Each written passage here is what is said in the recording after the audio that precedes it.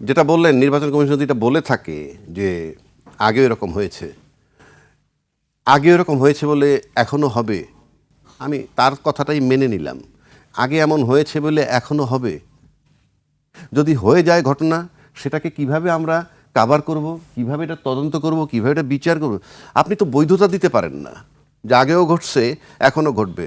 আমি ধরে নিলাম আপনারা ব্যর্থ পারতেছেন না, কিন্তু আপনি এই কথাটা বলা কোনোভাবে গ্রহণযোগ্য না যে আগেও ঘটছে, এটার মানে হচ্ছে এখনও ঘটবে।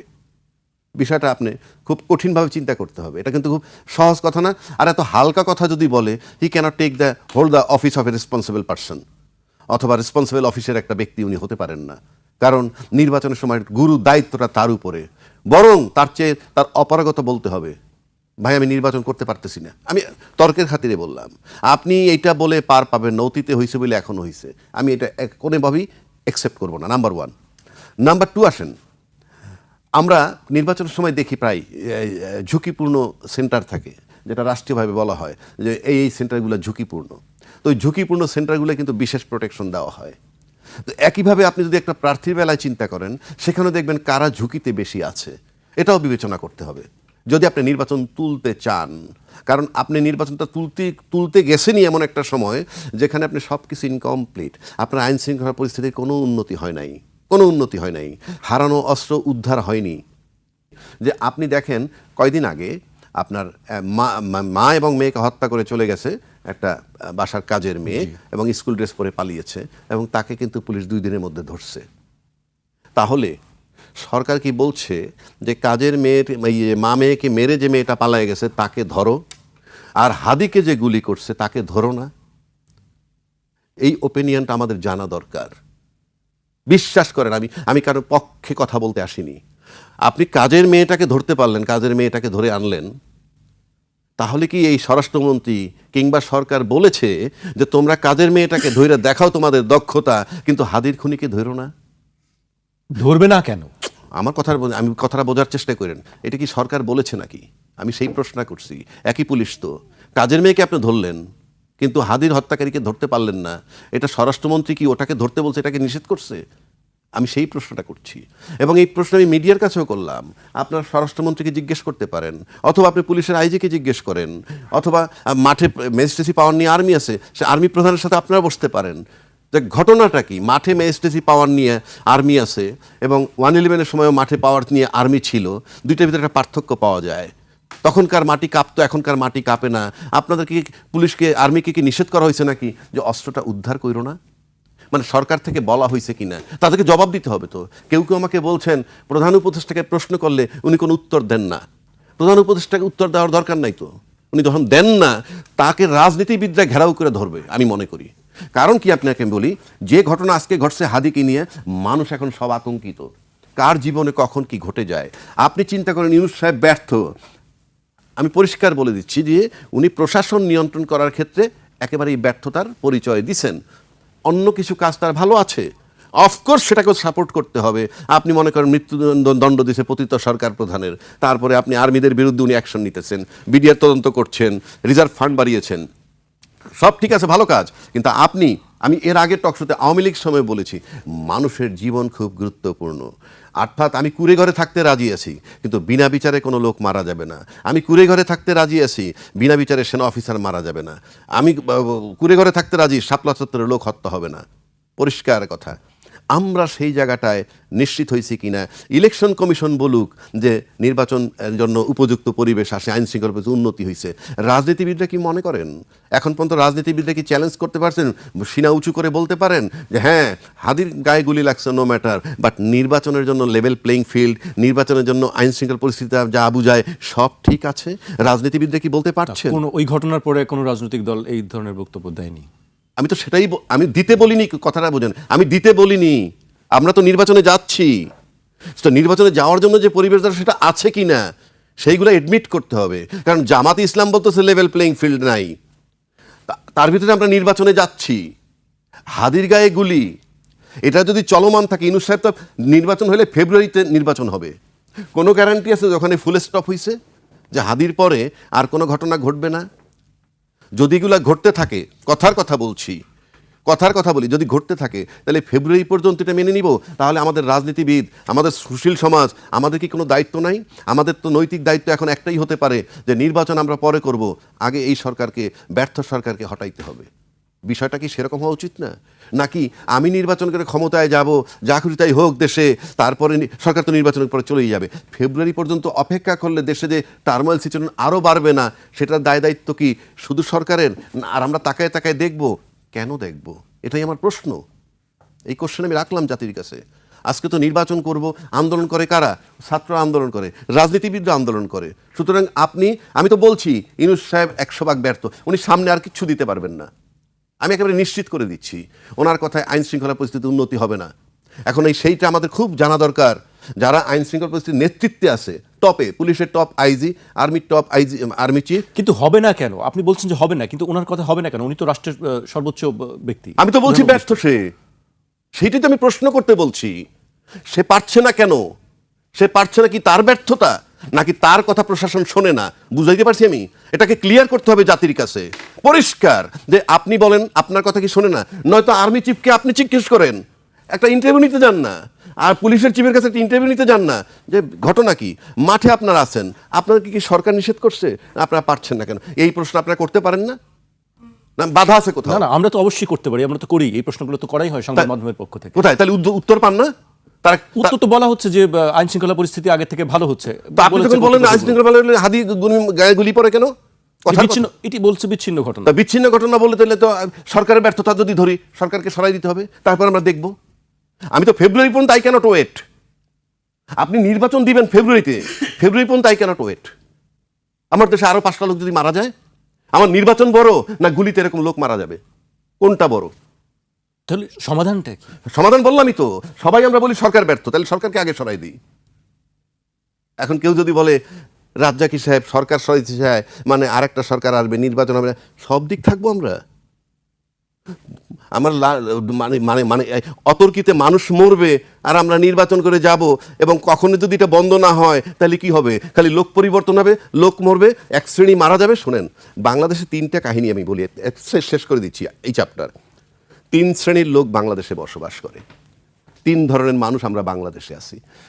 এক ধরনের মানুষ দেশের টাকা দেশে রোজগার করে দেশে ব্যয় করে, সেই রিকশাওয়ালা হোক। এটা আইন শৃঙ্খলা সংক্রান্ত। আমি সরাসরি উত্তরটা দিব, যদিও আমাদের সামনে একটা মডেল আছে। আইন শৃঙ্খলার প্রশ্ন করার পরে আমি চাইলে আলুর দিকে চলে যেতে পারবো, চাইলে পেঁয়াজের বিষয়ে কথা বলতে পারবো। গত কয়েকদিন আগে দেখলাম, এবং এটি নিয়ে প্রচুর আলোচনা হচ্ছে, আমাদের যিনি আইন শৃঙ্খলার দায়িত্বে স্বরাষ্ট্র উপদেষ্টা, তাকে জিজ্ঞেস করা হয়েছে এই বিষয়ে, তিনি সরাসরি পেঁয়াজের দিকে চলে গেছেন, আলুর দিকে চলে গেছেন।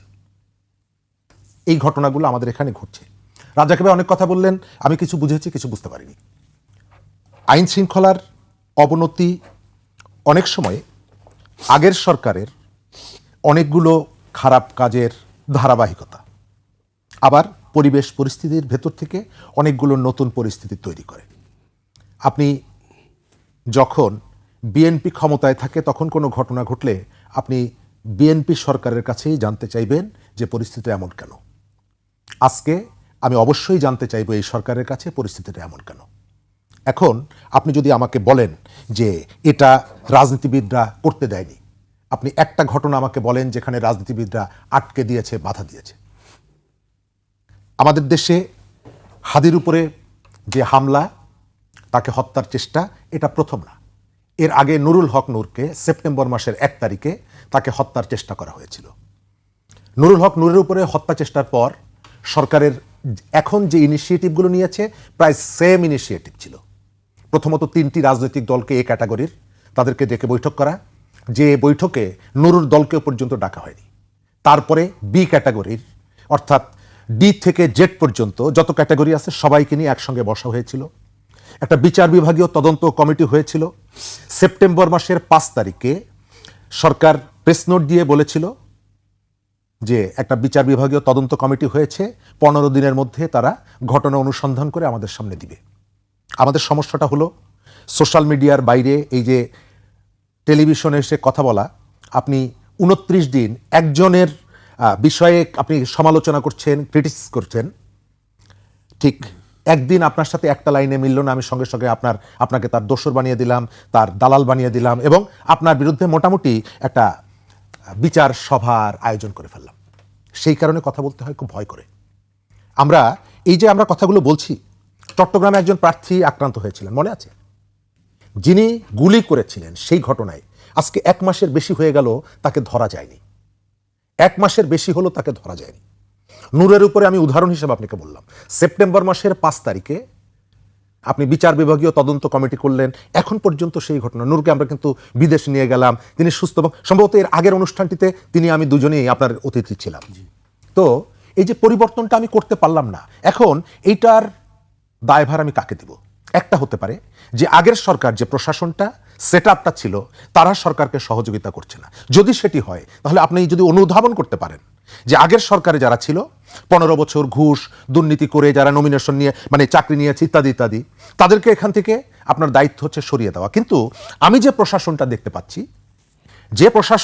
পাচ্ছি এই প্রশাসনে তো আমি দেখছি যে 5ই আগস্টের আগ পর্যন্ত যারা সরকারি চাকরিতে নির্যাতিত ছিলেন, যারা কোণঠাসা ছিলেন, তাদেরকে আপনি এনে গুরুত্বপূর্ণ দায়িত্বগুলো দিয়েছেন এবং কোথাও কোথাও তারা সফলতার স্বাক্ষর রাখছে।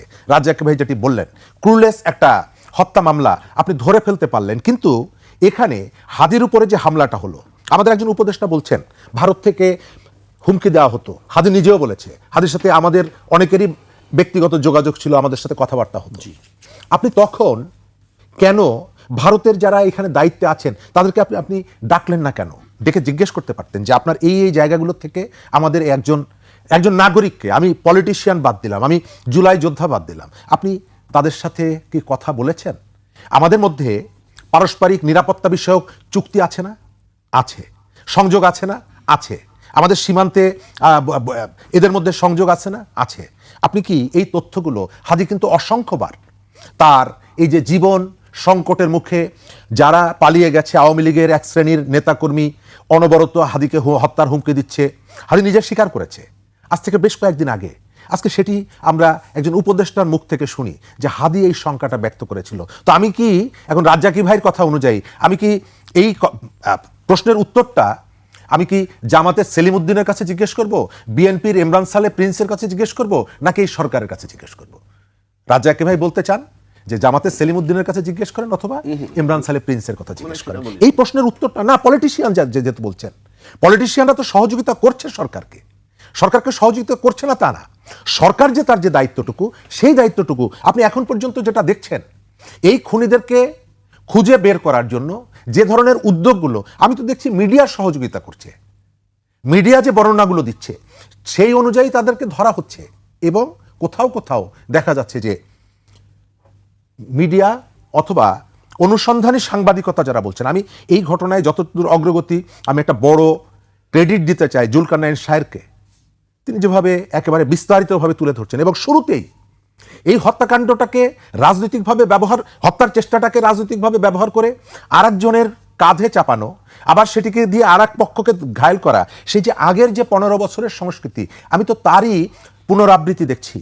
15 বছর আমাদের একজন হাসান মাহমুদ ছিলেন। কি বলছে? হাসান মাহমুদ কোনো ঘটনা ঘটলে তাৎক্ষণিকভাবে তিনি বলে দিতে পারতেন।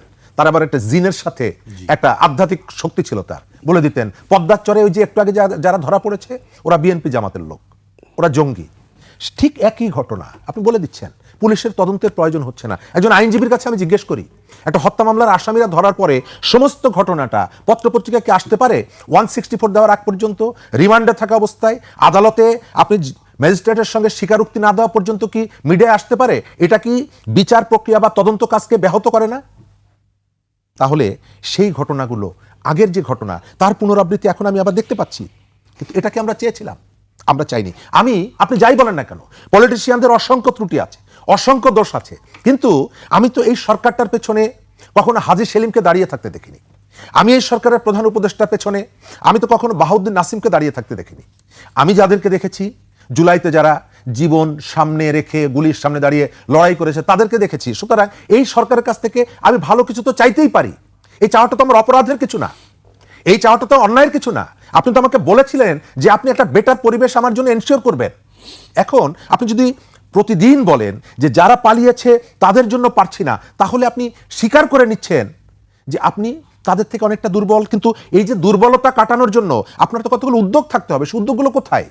রাজনৈতিক দলগুলো, আপনি দেখেন বাংলাদেশে এই ঘটনা কখনোই ঘটেনি।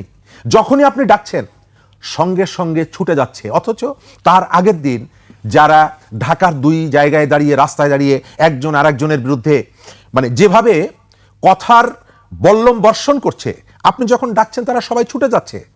আমরা গত 1 বছর আপনি কি দেখেছেন স্বাস্থ্য খাতে যে অব্যবস্থাপনা, একজন উপদেষ্টাকে আপনি দায়িত্ব দিয়েছেন, তাকে কেউ চিনে না। জুলাই যারা আক্রান্ত হয়েছেন, জুলাই যারা শহীদ হয়েছেন, জুলাই যারা আহত হয়েছেন, তারা এসে বলছেন যে আমি প্রপার চিকিৎসাটা পাচ্ছি না। কারণটা কি? কারণটা হচ্ছে অব্যবস্থাপনা। আপনি সেই মানুষটাকে তো সরালেন না। কোনো রাজনৈতিক দল কি বলেছে যে তাকে সরানো যাবে না, তাকেই এখানে রাখতে হবে? সার্ভিসটাকে আপনি পাচ্ছেন? এই পরিবর্তনটা তো আমার প্রত্যাশিত ছিল। আপনি পারবেন না, কিন্তু আপনি স্টার্টটা তো করতে হবে। আপনি আমাকে কিন্তু বলেছিলেন যে নির্ভয়ে এই কথাগুলো বলবেন। আমি যে কথাগুলো বলছি আমি তো ভয় পাচ্ছি। কারণ ভয় পাচ্ছেন কেন? ভয় পাচ্ছি কারণ হচ্ছে প্রতিশোধের রাজনীতিটা মারাত্মক আকারে ফিরে আসছে। যে প্রতিশোধটা আগে ছিল, 1.5 দশক ছিল, আপনাকে আমার পছন্দ না, আপনাকে সঙ্গে সঙ্গে, এবং আইনের শাসনের বদলে শাসকের আইন ছিল। একই মামলার আসামি, একই ধরনের মামলা। ব্যারিস্টার মইনুল হোসেন মাসুদা ভাট্টিকে টেলিভিশন টকশোতে একটা বাজে কথা বলেছিলেন, আপনি মইনুল হোসেনকে রংপুরে থাকা অবস্থায় গ্রেপ্তার করলেন, কিন্তু মুরাদ, ডাক্তার মুরাদ, সে একই অপরাধ করলেও তাকে আপনি গ্রেপ্তার করেনি কেন? কারণ হচ্ছে মুরাদ হচ্ছে আওয়ামী লীগের মন্ত্রী ছিল, তাকে শুধুমাত্র মন্ত্রিত্ব থেকে সরিয়েছিলেন। কিন্তু যে অপরাধটা তিনি করেছিলেন, আপনি সিদ্ধান্ত নিয়েছিলেন, রাজনৈতিক অ্যাকশন নিয়েছিলেন তার বিরুদ্ধে, কিন্তু তিনি একটা ক্রিমিনাল অফেন্স করেছিলেন, তার জন্য আপনি তাকে বিচার করেন নাই। পিরোজপুরে আওয়ামী লীগের এক নেতাকে জামিন বাতিল করে জজ যখন তাকে জেলে পাঠালো, আপনি পুরো জজ কোর্টটা ঘিরে রাখলেন। তিনি ঢাকায় আইন মন্ত্রণালয়ে যোগাযোগ করলেন, সহযোগিতা চাইলেন। আপনি সহযোগিতা কি করলেন? তাকে স্ট্যান্ড রিলিজ করে আরেকজনকে দায়িত্ব দিয়ে আপনি সেইখানে তাকে 4 ঘন্টা পরে জামিন দিলেন। আমি তো সেই ঘটনার পুনরাবৃত্তি চাই না। আমি তো আইনের শাসন চাই, শাসকের আইন চাই না। রাষ্ট্র, সরকার দেশকে পরিচালনা করবে, সরকার সিদ্ধান্ত নেবে। আমি তো দেখতে পাচ্ছি সরকারের মধ্যে অনেকগুলো সরকার আছে। হাদির উপরে এই যে হামলাটা, এটা কোনো বিচ্ছিন্ন ঘটনা না। আমাদের প্রধান নির্বাচন কমিশনার, তিনি যদি এই ধারণা নিয়ে নির্বাচন কন্ডাক্ট করতে চান, তিনি নির্বাচন তুলতে পারবেন না। তার ভাবনার মধ্যে যদি এটি থাকে যে হাদিকে আক্রমণ করা একটি বিচ্ছিন্ন ঘটনা, হাদি যেখানে গিয়েছিল, হাদি তার নির্বাচন এলাকায় গণসংযোগের জন্য গিয়েছিল। হাদি ওইখানে শ্বশুর বাড়িতে যায় নাই, মামা বাড়িতে আমজাম খেতে যায় নাই, সে নির্বাচনের কাজে গিয়েছিল। কিন্তু আপনি এখন এসে যে বলছেন এটি বিচ্ছিন্ন ঘটনা, এবং আপনি যদি এটি বলেন এবং এই ভাবনা যদি আপনার বিশ্বাসের জায়গা থেকে বলেন, তাহলে আগামী নির্বাচনটাকে আপনি কোনোভাবেই শান্তিপূর্ণ করতে পারবেন না। এটা রক্তাক্ত নির্বাচন হবে। একটা কাউন্টার প্রশ্ন কিন্তু আসলো। এক হইলো সরকার ব্যর্থ, আবার দিন দিন উপদেষ্টা সরাই দিলে সব ঠিক হবে কিনা প্রশ্নগুলো আসতেছে। তো আমি সেই জন্য কথাটা বলেছি।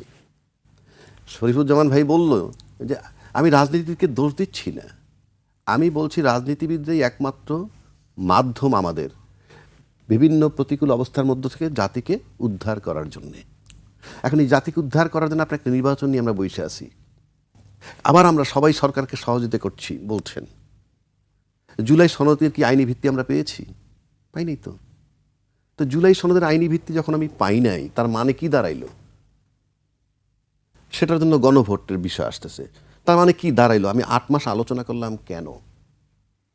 সহযোগিতাই যদি করব, সবাই ছিলাম জুলাই আন্দোলনের পক্ষে, তাহলে জুলাই আন্দোলনের পক্ষে যা যা করা দরকার সেটা করতে আমাদের বাধাটা কোথায়? এটার জন্য কি বিদেশের সাথে আমাদের সম্পর্ক নষ্ট হবে? টোটালটা আমাদের আভ্যন্তরীণ ইস্যু। এই যে আমরা বললাম যে সহযোগিতা করতেছে, তাহলে আমার জুলাই সনদের আইনি ভিত্তি কেন হইল না? কি কারণটা কি হইল না কেন? আমি সেটার জন্য গণভোট। আবার গণভোট কোন দিন? যেদিন নির্বাচন সেদিনই গণভোট। সবাই সংবিধানের দোহাই দেয়, অথচ সংবিধান, আমার সংবিধান বলে না। আমার সংবিধানে কোথায় বলা আছে একই দিনের সংসদ নির্বাচন আর গণভোট হবে? গণভোট তো একটা রাষ্ট্রপতির আদেশে হইতেছে, কিন্তু একই দিনে যে হবে, ফেব্রুয়ারিতে নির্বাচন হবে, কোন সংবিধানে হইতেছে? আমার এই সংবিধান কি ফেব্রুয়ারিতে নির্বাচন 2026-এ পারমিট করে? অন্তর্বর্তীকালীন সরকার কোন সংবিধানে চলতেছে আজও সেটা ক্লিয়ার না। যদি ওই সংবিধানে চলে সবাই বলে, তাহলে নির্বাচন তো বহু আগে হয়ে যাওয়ার কথা, বহু আগে, সরকার পতনের সর্বোচ্চ 180 দিনের মধ্যে। এই রকম একটা দেশের মধ্যে যখন আমরা বসে আছি, আপনি কি আশা করতে পারেন? আমার এখান থেকে খুনি পালায়ে গেল, হাদি বলল, আমিও এটা বহু জায়গায় বলছে, তারা ইন্ডিয়া থেকে হুমকি দিছে। মানে ইন্ডিয়া থেকে হুমকি দিছে? আপনি কি জানেন যে বাংলাদেশে বহু লোক আছে, আপনাকে হোয়াটসঅ্যাপে কল দিবে, দেখবেন আমেরিকার number, he is in Bangladesh. সিঙ্গাপুরের নাম্বার থেকে আপনাকে হোয়াটসঅ্যাপ কল দেয়, আমি এটা কেন বলছি যে আপনি তাকে ধরতে পারলেন, অ্যাসার্টেন করে দিলেন, সে ভারত চলে গেছে।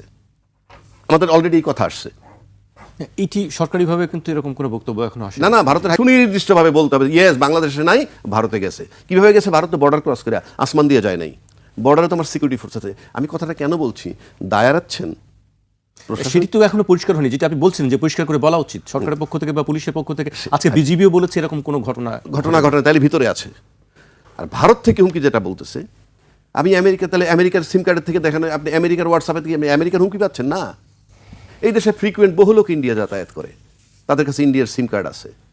সিম কার্ড না থাকুক, ওই ইন্ডিয়ান সিমে যদি আপনি একবার হোয়াটসঅ্যাপ করেন, আপনি কল দিলে আপনি দেখবেন ওই নাম্বার থেকে আসতেছে। এটা আমি কেন বললাম যে আমাদের তদন্ত কি হচ্ছে, কিসের উপরে করতেছি আমরা নিজেরাই জানি না। এই যে মিশ্রিত একটা অবস্থা, একটা কিছু বলে দিলাম, আর এই কথাটাই কি হচ্ছে, আপনি হাদিরে গুলি মারলো, আমি কিন্তু ইন্ডিয়ার সাথে আবার বৈরী একটা সম্পর্ক করলাম। আপনি এই ঘটনা ডাকছেন তো তাকে, ইন্ডিয়ান হাইকোর্ট ডাকাটাকে আমি অপরাধ ধরছি না, আপনি ডাকছেন তো, আপনাকে একেবারে সুনির্দিষ্ট হয়ে সব কিছু এনশিওর অ্যাসার্টেন করে আপনার এই সমস্ত জায়গায় কথা বলা উচিত। আমি সেটা বলছি, কারণ ভারতের হাইকোর্টের রেসপন্সিবল পদ হল, হি রিপ্রেজেন্ট মোদি সাহেব, আমেরিকান অ্যাম্বাসেডর রিপ্রেজেন্ট ট্রাম্প। ওইভাবে যদি আপনি চিন্তা করেন, আপনি ডাকতেছেন, আসতেছে, এটা বিষয়টা আমি তার পক্ষ নিচ্ছি না, কিন্তু আপনাকে চিন্তা ভাবনা করে কাজ করা উচিত। এই ঘটনার রেজাল্ট কিছু পাইলাম না, বৈরী একটা ছোট্ট সূক্ষ্ম বৈরিতা হইল। এখন আসেন, আমি আবারও সেই একই কথা বলতেছি, আমি রাজনীতিবিদদেরকে দোষ দিচ্ছি না। আমাদেরকে অন্ধকার থেকে উদ্ধার করার জন্য রাজনীতিবিদই একমাত্র জায়গা, এবং রাজনীতিটা একটা ক্লেম করেন কি যে রাজনীতিবিদদের কাছে ক্ষমতা আসলেই এটা ঠিক হয়ে যাবে। আমি একই কথা আবার রিপিট করছি, তাহলে আমি ফেব্রুয়ারি পর্যন্ত আমরা তাকায় দেখবো ইউনূস সাহেব এভাবে কী করতেছেন না করতেছেন, সে ব্যর্থ, এইভাবে আমি সেই ঘটনাটাকে রিপিট করছি। যে আমি ভাই বোন মনে করতেছেন যে আমি রাজনীতি ব্লেম দিচ্ছি, নো। এই কারণে আমি জিনিসটা খোলাসা করা দরকার যে সরকার এবং প্রশাসনের মধ্যে বিষয়টা আসলে কি। যদি তারা এত সহযোগিতাই করবে, তাহলে যার বিরোধিতা করছে, আওয়ামী লীগের বিরোধিতা করছে 10 বছর, তাতে আওয়ামী লীগ ক্ষমতায় থাকছে 15 বছর, আর যার পক্ষে সবাই কাজ করতেছে সে দিশেহারা কেন?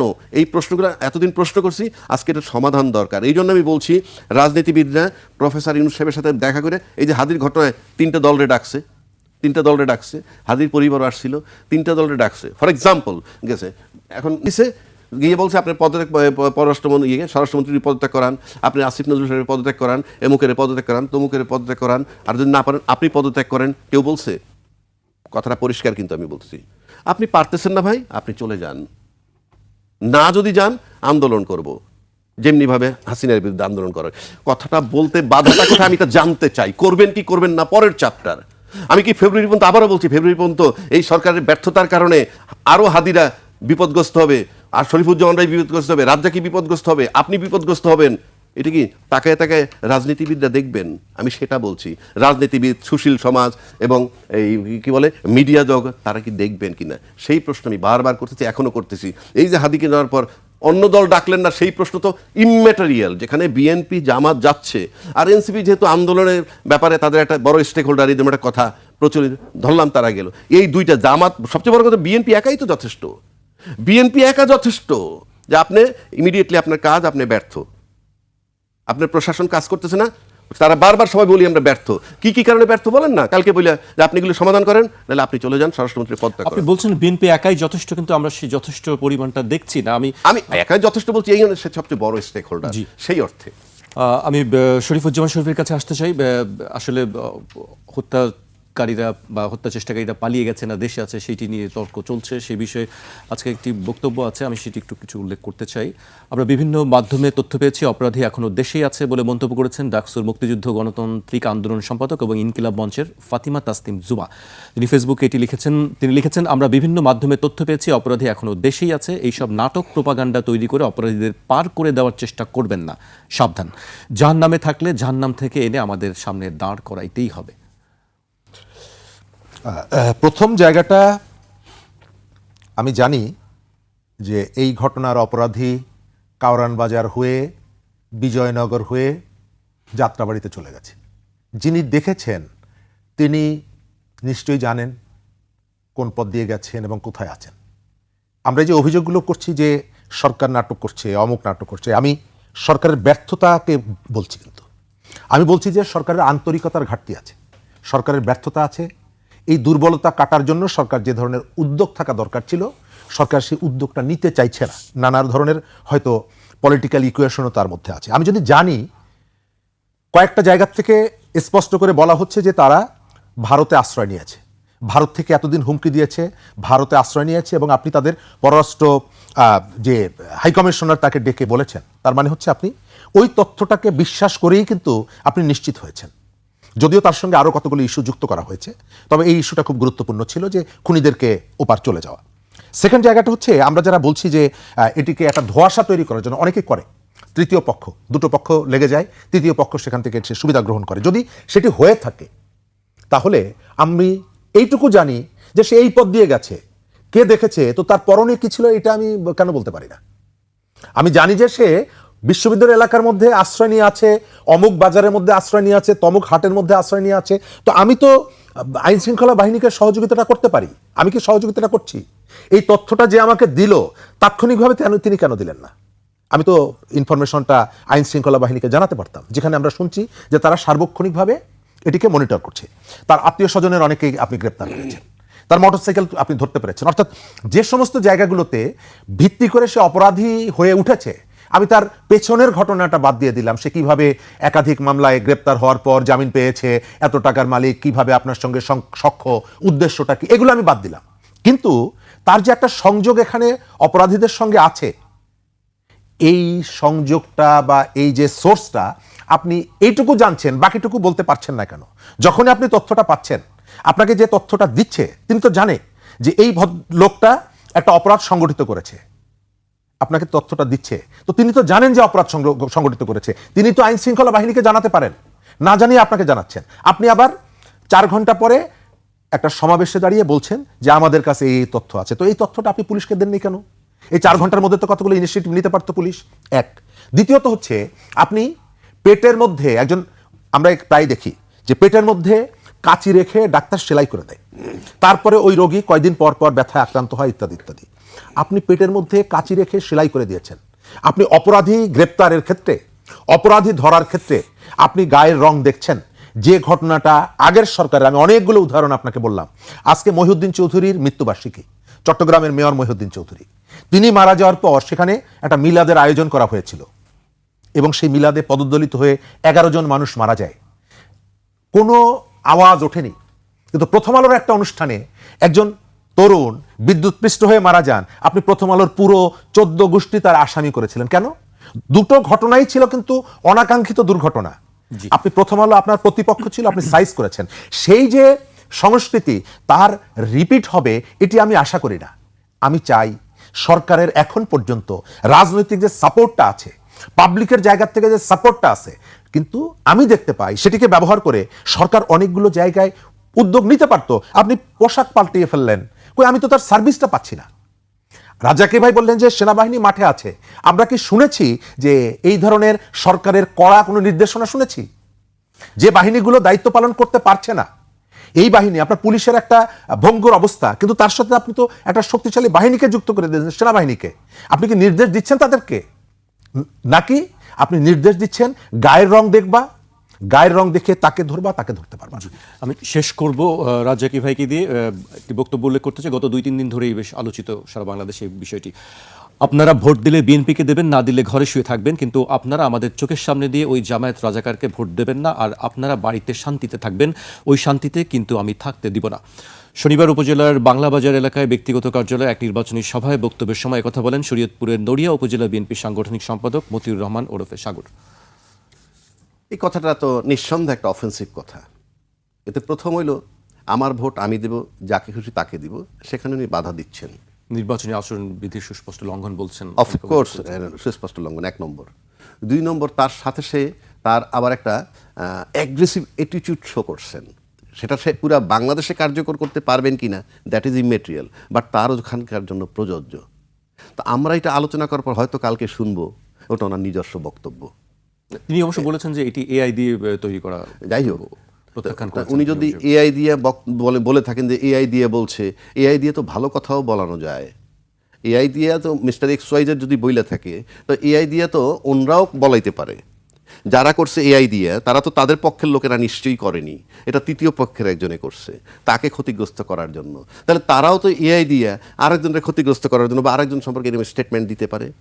বিষয়গুলা এরকম না বোধ হয় যে কথায় কথা আমাদের দেশে এখন এআই হয়ে যাবে। এআই হচ্ছে না তা না, সেই চ্যালেঞ্জ আমি করছি না, কিন্তু এআই দিয়ে যদি আমি তার বিরুদ্ধে বলাইতে পারি তো উনিও তো এআই দিয়ে আমার বিরুদ্ধে বলাইতে পারে, একই জিনিস। একই জিনিস। কাজেই আমরা প্রাথমিকভাবে এইটাই ধরে নিব। এখন যদি উনি বলেন যে এআই দিয়ে বলছে, আমি বলি নাই, আমার কাছে মনে হয় না এআই দিয়ে একেবারে বাংলাদেশে বসে এআই দিয়ে হুবহু আপনাকে বানাবে। হয়তো আপনার সেই কাছাকাছি 50%, 60% মিলতে পারে, কিন্তু উন্নত বিশ্বের এআই আর আমার দেশের এআই আমার কাছে মনে হয় না এখনও সেই জায়গায় গিয়ে পৌঁছেছে। সুতরাং এখন বক্তব্য যদি ওনার না হয়ে থাকে উনি বলুক যে এআই দিয়ে করছে, কিন্তু একবার যদি সোশ্যাল মিডিয়ায় চলে আসে, আসলো কেন, এই পারসেপশনটা কেন মানুষের, এই যে এআই দিয়ে বানাইছে সেটা তো ব্যক্তিরা বানাইছে বা কোনো দল বা কোনো গোষ্ঠীর পক্ষ থেকে বানাইছে, একটা পারসেপশন তো হয়েছে, এই পারসেপশনটা তাদের ব্যাপারে হচ্ছে কেন? শেষ প্রশ্ন আসে, নির্বাচন নিয়ে আপনি কোনো শঙ্কা দেখছেন কি? আজকে সিইসি বলেছেন নির্বাচনে কোনো শঙ্কা নেই, একেবারে শেষ। আমার কাছে মনে হয় না নির্বাচন মানে সিইসি কিসের উপরে বলতে তা না, আমি এর আগেও একটা টকশোতে বলেছি এখন যেভাবে চলছে দেশ এবং এটা যদি চলমান থাকে, এবং আমি বলছি প্রশাসনিক দিক থেকে গভর্নমেন্ট ফুল স্টপ, আপনি তার কাছ থেকে বাড়তি কোনো ডেভেলপমেন্ট পাবেন বলে আমি ব্যক্তিগতভাবে বিশ্বাস করি না। এর ভিতরে একটা বিষয় আমি একমত, যদি সরকারের মধ্যে সরকার থেকে থাকে সেটা কাল্পনিক, থাকাটা স্বাভাবিক। এখন এই দেশে না, পৃথিবীর সব দেশই ডিপ স্টেট বলতে একটা কিছু আছে, কিন্তু এই প্রক্রিয়া যদি নির্বাচনটা চালিয়ে যেতে চান। ডিপ স্টেটের কথা কেন উঠছে? ওই যে কয়েকদিন সরকার- ধরে ডিপ স্টেট না না, শুনছি। ডিপ স্টেট বলতে সরকারের ভিতরে সরকার, অর্থাৎ এটার মানে দাঁড়ায় কেউ হয়তো এটার ভিতরে বসে নির্বাচন চায় না, কেউ হয়তো এটার ভিতরে বসে নির্বাচনটা করতে চায়, এইরকম বিষয়গুলো আমি বলছি। কিন্তু আমরা যে বাহ্যিকভাবে যে পরিবেশ পরিস্থিতি দেখতেছি, আমি এইটুকু বলতে পারি এই নির্বাচনটা যদি তোলেনও এই সরকার